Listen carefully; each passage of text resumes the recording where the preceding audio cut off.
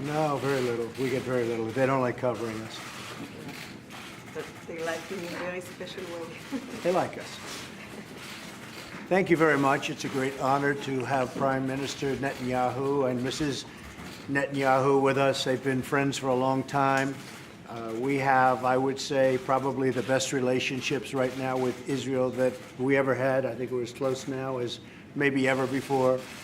Jerusalem was a wonderful thing, and I know it was very much appreciated in a big part of the world, not just in Israel, in a very big part.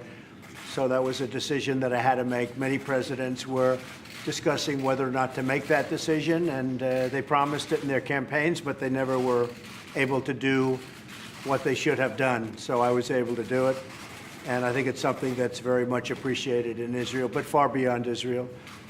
We are very close on trade deals. We are very, very close on military and terrorism and all of the things that we have to work together on. So the relationship has never been better. And Mr. Prime Minister, Mrs. Netanyahu, it's a great honor to have you.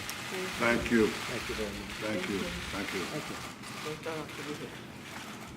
Mr. President, Donald, Melania, Sarah and I want to thank you for your extraordinary friendship and hospitality.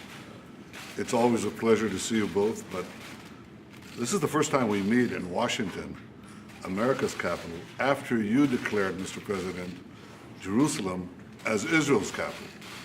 And this was a historic proclamation, followed by your bold decision to move the embassy by our upcoming National Independence Day. I want to tell you that the Jewish people have a long memory. So we remember the proclamation of the great king, Cyrus the Great, Persian king, 2,500 years ago. He proclaimed that the Jewish exiles in Babylon can come back and rebuild our temple in Jerusalem. We remember 100 years ago, Lord Balfour, who issued the Balfour Proclamation that recognized the rights of the Jewish people in our ancestral homeland. We remember 70 years ago, President Harry S. Truman was the first leader to recognize the Jewish state. And we remember how a few weeks ago, President Donald J. Trump recognized Jerusalem as Israel's capital. Mr. President, this will be remembered by our people throughout the ages. And as you just said, others talked about it. You did it. So I want to thank you on behalf of the people of Israel. And I also want to I look forward to our discussions on both challenges and opportunities. If I had to say what is our greatest challenge in the Middle East to both our countries, to our Arab neighbors, it's encapsulated in one word: Iran. Iran has not given up its nuclear ambitions. It came out of this nuclear deal emboldened, enriched. It's practicing aggression everywhere, including on our own borders. And I think we have to stop this country that chants death to Israel, death to America. Iran must be stopped. That is our common challenge. The second is seeking, because of that challenge, to exploit the opportunity for peace, because the Arabs have never been closer to Israel. Israel has never been closer to the Arabs. And we seek also to broaden that peace to the Palestinians. So I look forward to those discussions, but I want to just reiterate what you just said. Mr. President, I've been here for nearly 4 decades with seeking to build the American-Israel alliance. Under your leadership, it's never been stronger. And the people of Israel see your position on Jerusalem. They see your position on Iran. They see your magnificent defense of Israel and the truth in the United Nations. And I, as Prime Minister, see something that you as President see, but others can't see. It's the extent of our intelligence and other cooperation in matters that are vital for the security of both our peoples. And Mr. President, I just want to say thank you for your leadership, and thank you for your tremendous friendship. Thank you. Thank you very much. Thank you. My honor. Mr. President, when you introduce your peace plan. Thank you very much. I may. They have started, as you know, construction, and I may. We'll be talking about that and other things. So you may come on May to open I may. We're looking at it. We'll have it built very quickly. A lot of people wouldn't be doing it quickly like that. We're going to have it built very quickly and very inexpensively. They put an order in front of my desk last week for $1 billion. I said, $1 billion? What's that for? We're going to build an embassy. I said, we're not going to spend $1 billion. And we're actually doing it for about $250,000. So check that out. Now it's temporary, but it'll be very nice. $250,000 versus $1 billion. Is that good? Yeah? So can we say that you're comfortable? We're looking at coming. If I can, I will, but I'll be there again. Israel is very special to me, special country, special people, and I look forward to being there, and I'm very proud of that decision. And what about your peace deal? When will you present your peace deal?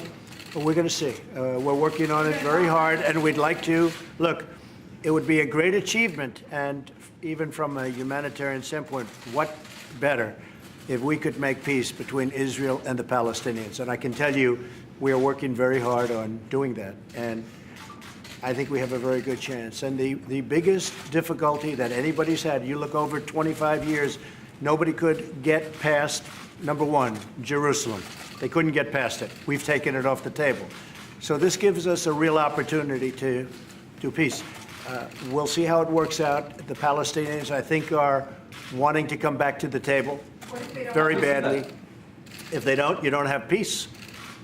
You don't have peace. If they don't, you don't have peace, and that's a possibility also. I'm not saying it's going to happen. Everybody said this is the hardest deal to make of any deal. Whenever you have a hard deal, like in business, you say, oh, this is almost as bad as Israel and the Palestinians. You use it like as an example. This is the hardest deal. This is years and years of opposition and, frankly, hatred and a lot of things involved in this deal, beyond the land.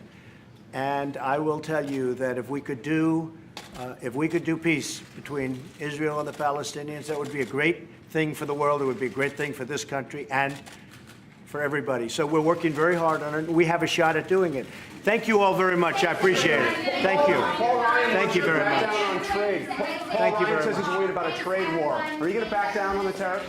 No, we're not backing down. Mexico is, we've had a very bad deal with Mexico, a very bad deal with Canada. It's called NAFTA. Our factories have left our country. Our jobs have left our country. For many years, NAFTA has been a disaster. We are renegotiating NAFTA, as I said I would. And if we don't make a deal, I'll terminate NAFTA. But if I do make a deal, which is fair to the workers and to the American people, that would be, I would imagine, one of the points that we'll negotiate. It will be tariffs on steel for Canada and for Mexico.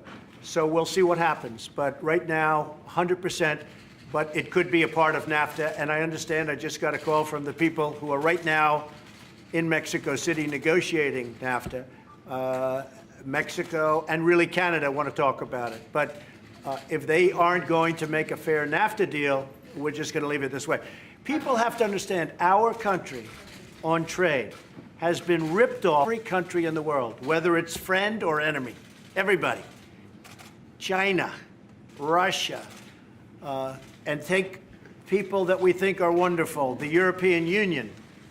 We can't do business in there. They don't allow. They have trade barriers that are worse than tariffs. They also have tariffs, by the way, but they have trade barriers far worse than tariffs.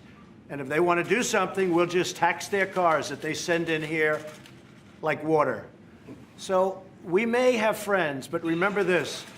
We lost over the last number of years $800 billion a year. Not $500,000, not 12 cents. We lost $800 billion a year on trade. Not going to happen. We got to get it back. And of course, the biggest problem is China. We lost $500 billion. How previous presidents allowed that to happen is disgraceful. But we're going to take care of it. Thank you all very much. Thank you. Not worried about a trade war, right? Thank you. I don't think you have a trade war. No trade war? I don't think so. I don't think you're going to have a trade war. No. Prime Minister Netanyahu, would you like to comment about the red Thanks, everyone. Thank I will later. Thank you. Thanks, everyone. Thank you all. Thank you. Thank you very much. Thank you.